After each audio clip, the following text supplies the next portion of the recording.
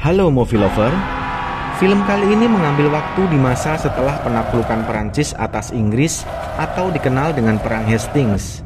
Earl Duran dari Normandia bersama dengan dua orang putranya yaitu Lord Artus dan Lord Romain diberikan misi oleh Raja William Perancis untuk menghabiskan orang Saxon yang menempati Inggris bagian utara yang dikenal dengan peristiwa The Harrowings. 100.000 orang Saxon berhasil dihabisi dalam peristiwa tersebut. Alhasil kini hanyalah tinggal sisa-sisanya. Setelah selama 20 tahun hidup dalam ketakutan, kini mampukah orang-orang Saxon ini melawan pasukan Normandia untuk kembali merebut tempat kelahirannya? Langsung saja yuk kita ke alur ceritanya. Di awal film nampak seorang pria bertudung yang menyebut dirinya Shadow Walker berjalan melewati reruntuhan bangunan lalu memasuki wilayah Inggris bagian utara. Sesaat kemudian dihadang oleh 3 orang pasukan berkuda Normandia. Salah satu pasukan melepas tudung Shadow. Lalu pasukan yang lain meminta Shadow untuk membayar pajak karena telah memasuki wilayahnya. Shadow kemudian mengeluarkan sekeping koin emas dan melemparkannya ke pasukan tersebut. Namun saat akan ditangkap oleh pasukan tersebut, Shadow langsung menghunus senjatanya dan menyerang serta menghabisi ketiga pasukan tersebut. Berita itu pun sampai ke telinga Lord Artus dan Lord Romain. Karena Earl Duran sang ayah tidak di tempat, kemudian Lord Artus sang kakak menyuruh adiknya yaitu Lord Romain agar membawa pasukan untuk pergi mencari pelakunya. Sementara itu Shadow terus berjalan, melewati hutan hingga kemudian memasuki sebuah pemukiman yang dengan ciri khasnya menunjukkan jika itu adalah pemukiman orang-orang Saxon. Melihat sebuah tungku makanan, Shadow lalu memakannya. Saat dengan lahap memakannya, tiba-tiba ia didatangi oleh sekelompok orang-orang Saxon dengan baju khasnya yang menyeramkan. Kemudian tiba-tiba salah satu orang Saxon melumpuhkan Shadow. Saat tersadar, Shadow sudah dalam keadaan tangan dan kaki terikat di dalam sebuah gubuk. Ia terbangun karena mendengar sebuah teriakan dari salah satu wanita Saxon yang tengah dihajar oleh sekelompok pasukan. Ternyata pasukan itu adalah Lord Romain dan pasukannya. Mereka mengira jika yang melakukan penyerangan atas 3 pasukan Norman adalah salah satu dari orang-orang Saxon tersebut, lalu memaksanya untuk menunjukkan di mana orangnya. Di dalam gubuk, Shadow berusaha sekuat tenaga untuk melepas ikatannya. Sementara orang-orang Saxon yang lain karena saking ketakutannya, kemudian mereka memilih untuk sembunyi dan melihat kejadian itu. Diketahui jika wanita tersebut bernama Anna. Namun karena tak ada jawaban dari Anna, lalu Lord Romain menyuruh anak buahnya untuk menggenjotnya. Saat hampir tergenjot, tiba-tiba Shadow yang telah berhasil melepas ikatannya lalu melumpuhkan anak buah Romain dengan sebuah batu. Kemudian dengan gagahnya menghajar pasukan Romain yang lain. Kini tinggal si Lord Romain. 1 lawan 1, Lord Romain juga bukan tandingannya. Romain berhasil dikalahkan. Kemudian Shadow memberikan pilihan pada Romain, yaitu nyawa atau mata. Romain memilih untuk melukai salah satu penglihatannya. Shadow lalu melepaskannya dengan sebuah pesan untuk Earl Duran, yaitu para dewa tak lagi bisa menunggu. Keesokan harinya, tiba-tiba orang-orang Saxon kembali menangkap Shadow. Mereka berencana untuk menyerahkannya pada Duran, agar Duran tidak murka pada mereka karena kejadian semalam. Namun tiba-tiba, rencana itu digagalkan oleh Anna. Anna menjelaskan jika orang seperti Shadow dengan kemampuan bertarungnya justru sangat diperlukan untuk melawan Duran dan pasukannya. Karena merasa mempunyai musuh yang sama, Shadow kemudian mau bergabung dengan orang-orang Saxon, mau membantu memperbaiki rumah.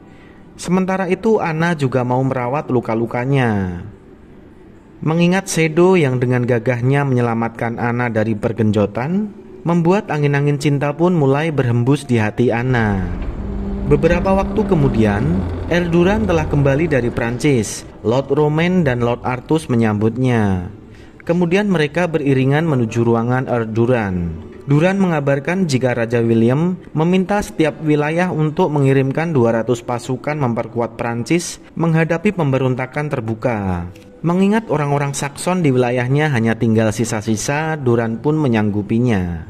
Saat melintasi Romain, Duran melihat luka di wajah Romain. Romain kemudian menjelaskan jika yang melukainya adalah orang asing yang sangat kuat, namun bukan orang Saxon. Lalu menyampaikan sebuah pesan dari orang asing tersebut jika para dewa tak lagi mau menunggu. Artus kemudian meminta waktu seminggu pada ayahnya untuk menemukan orang asing tersebut. Tapi Duran tak memberikan jawaban, kemudian menyuruh anak-anaknya untuk keluar ruangan.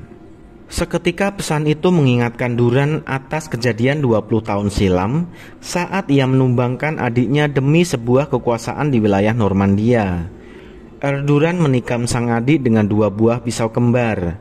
Namun sang adik juga memberikan perlawanan dengan mendorongnya ke sebuah tungku api yang membuat bekas luka di wajahnya. Di sisa-sisa nafasnya, sang adik mengatakan jika para dewa pasti akan menghukum pengkhianatannya. Tapi Duran menjawab jika para dewa harus menunggu.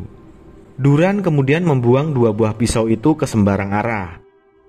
Sementara itu, di pemukiman Sakson, Sedo terus berlatih meningkatkan kemampuannya untuk persiapan bertarung melawan Duran dan pasukan Normandia. Pada suatu malam, Anna membawakan minuman untuk Sedo yang tengah istirahat latihan. Kemudian beberapa orang Sakson datang mengabarkan jika Lord Artus dan pasukannya saat ini sedang menyerang pemukiman. Rumah-rumah dibakar dan orang-orang disikat satu persatu. Melihat itu, Sedo langsung berinisiatif untuk memimpin komando menyerang Artus dan pasukannya. Artus mengiming-imingi pasukannya 10 keping emas bagi yang berhasil mengalahkan orang asing itu. Kini orang-orang Sakson mulai berani ikut perang. Pasukan Artus berhasil dihabiskan. Merasa telah kalah, Artus dengan kudanya berniat akan melarikan diri. Tapi salah satu pemuda Sakson berhasil memanahnya, hingga Artus pun kemudian terjatuh dan ditangkap. Selesai mengalahkan Artus dan pasukannya, Anna memberikan pencerahan pada orang-orang jika kini mereka tak perlu takut lagi dengan Duran dan pasukannya. Mereka hanya perlu bersatu untuk melawan Duran. Lalu meminta Sedo untuk menjadi pemimpinnya. Sedo pun menerimanya asalkan orang-orang Sakson mau melaksanakan setiap perintahnya tanpa banyak bertanya apa alasannya. Keesokan harinya, seluruh sisa-sisa orang Sakson mulai berdatangan. Mereka bersedia untuk bersatu melawan Duran dengan menunjuk Sedo sebagai pemimpinnya. Mereka kemudian mulai membangun kembali rumah-rumah yang telah habis dibakar pasukan Artus, membuat benteng-benteng pertahanan serta jebakan-jebakan di sekitar pemukiman. Di kastil, Duran menerima kabar jika Artus telah ditangkap, tapi malah mengambil sebuah keputusan yang sangat mengagetkan Lord Romain. Earl Duran tidak mengambil tindakan untuk menyelamatkan anaknya, tapi malah memerintahkannya untuk mengirim pajak William ke Lord Utara. Sementara di pemukiman Sakson, Sedo sebagai pemimpin terus membangkitkan semangat juang kaum Sakson atas tempat kelahirannya yang telah direbut dan dihancurkan oleh Duran dan pasukannya. Pada suatu hari, Lord Romain dan 2 pasukannya datang ke pemukiman Sakson. Romain memberikan penawaran damai dengan syarat untuk melepaskan Lord Artus. Sedo lalu meminta orangnya untuk membawakan Lord Artus ke hadapannya. Artus pun kemudian dibawa ke hadapan mereka. Saat Romain mau menghampiri Artus, Sedo kemudian menanyakan kapan rencana Duran dan pasukannya melakukan penyerangan. Lama tak ada jawaban, Sedo lalu memberikan ancaman dengan menodongkan senjata di leher Artus. Akhirnya Romain menjawab jika malam ini ayahnya dan pasukannya akan datang menyerang. Langsung saja Sedo menghabisi Artus tepat di hadapan adiknya sendiri, lalu meninggalkan Romain dan 2 pasukannya. Romain yang murka lalu mengatakan akan menghabisi seluruh kaum Sakson. Malam harinya, seluruh orang-orang Sakson menghabiskan malam dengan bersiap siaga menanti kedatangan pasukan Duran, dengan diselingi banyolan pengusir Kanto. Merasa pasukan Duran tak mungkin datang malam itu, Sedo kemudian masuk ke kamar untuk mengasah senjatanya. Sesaat kemudian Anna menyusul. lalu mengajaknya untuk mengasah senjata yang lain. Beralih di dalam kastil, Duran merasa sangat geram dengan ulah orang yang tidak dikenalnya tersebut. Kemudian demi membalaskan kematian anaknya, ia menyewa 6 orang pasukan khusus yang terkenal ganas dan kejam, yang disebut Berserkers. Di kamar, Shadow kembali mengingat kejadian 20 tahun silam. Ia menyaksikan langsung kejadian di mana Duran menyerang ayahnya dengan 2 pisau kembar. Kemudian melemparkan 2 pisau tersebut yang jatuh tepat di bawahnya.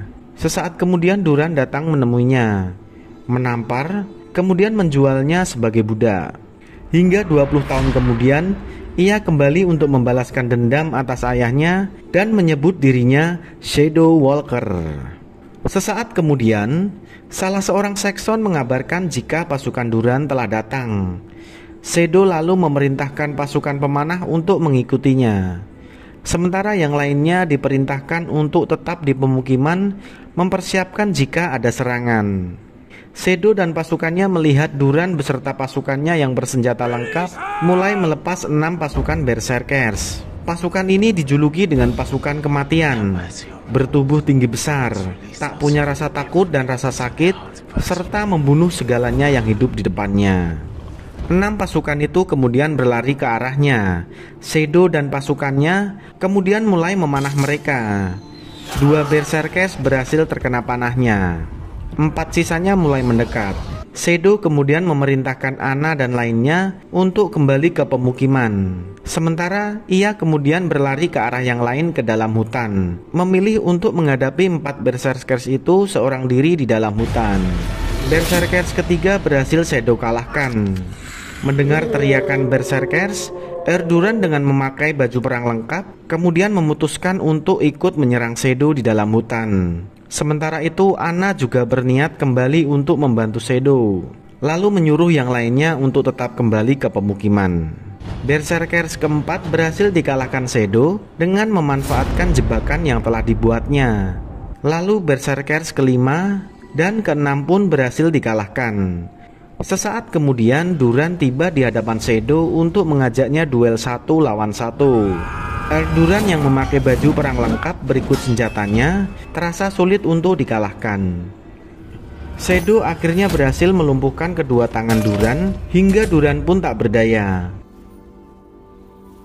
Ia kemudian menyiapkan 2 pisau kembarnya, persiapan untuk membalaskan dendam ayahnya. Kemudian membisikkan sesuatu ke telinga Duran yang membuatnya terkejut, lalu kemudian tersungkur. Shadow lalu berteriak sekeras-kerasnya, pertanda bahwa ia telah berhasil membalaskan dendamnya atas ayahnya 20 tahun silam. Mendengar teriakan Shadow, Lord Romain menyadari jika ayahnya telah dikalahkan. Kemudian ia membawa pasukannya untuk menyerang pemukiman Saxon. Di dalam hutan, Anna yang melihat 2 pasang pisau kembar kemudian menyadari jati diri Shadow yang sebenarnya. Anna kecewa pada Shadow karena selama ini Saxon hanya dijadikan umpan untuk mengalahkan Duran. Kemudian akan meninggalkan begitu saja pasukan Saxon di saat pasukan Normandia mulai menyerangnya. Anna mulai membidik panahnya dan mengancam Shadow. Namun Shadow tak peduli lalu lanjut berjalan pergi. Anna kemudian mengambil penutup kepala Duran, lalu kembali ke pemukiman untuk mengambil alih pimpinan melawan serangan pasukan Romain. Saat Romain dan pasukannya tiba, Anna kemudian menaiki menara, lalu menunjukkan penutup kepala Erduran, menandakan jika Duran telah tumbang, sekaligus mereka telah siap untuk memulai peperangan. Lord Romain kemudian mulai memerintahkan pasukannya untuk menyerang. Saxon mulai melakukan pembakaran untuk memecah belah pasukan Normandia dan serangan panah untuk menumbangkan pasukan satu persatu. Namun saking banyaknya, pasukan Normandia pun berhasil menembus benteng pertahanan Saxon. Anna kemudian memerintahkan pasukannya untuk mundur beralih ke serangan jarak dekat. Menghadapi banyaknya pasukan, Saxon pun kewalahan. Ayah Anna pun tumbang dalam perang tersebut. Satu persatu orang Saxon pun ikut tumbang. Tak lama kemudian Shadow kembali ke tengah pertempuran, kembali membantu Anna untuk melawan pasukan Romain. Kedatangan Shadow membuat keadaan berbalik, hingga kemudian Shadow berhadapan dengan pasukan terakhir yang sangat tangguh. Shadow pun terluka, namun masih berhasil mengalahkannya. Melihat kondisi Shadow yang sudah tak berdaya, Lord Romain kemudian hendak menyerangnya. Namun saat bersamaan Anna berhasil menghalau dengan menyerangkan tombak ke Romain hingga Romain pun terjatuh dari kudanya. Romain membalas hingga Anna pun juga terluka. Namun Anna akhirnya berhasil mengeksekusi Lord Romain. Luka tersebut membuat Anna sekarat dan akan terjatuh. Shadow dengan susah payah mendatanginya hingga Anna pun terjatuh di pelukan Shadow. Kemudian Shadow mengungkapkan rasa terima kasihnya pada Anna dan orang-orang Saxon. Di sisa-sisa nafasnya, Anna juga mengungkapkan jika pengorbanan mereka setimpal dengan kebebasan kaum Saxon dari penindasan pasukan Normandia. Tak lama kemudian Anna mengembuskan nafas terakhir di pelukan Shadow.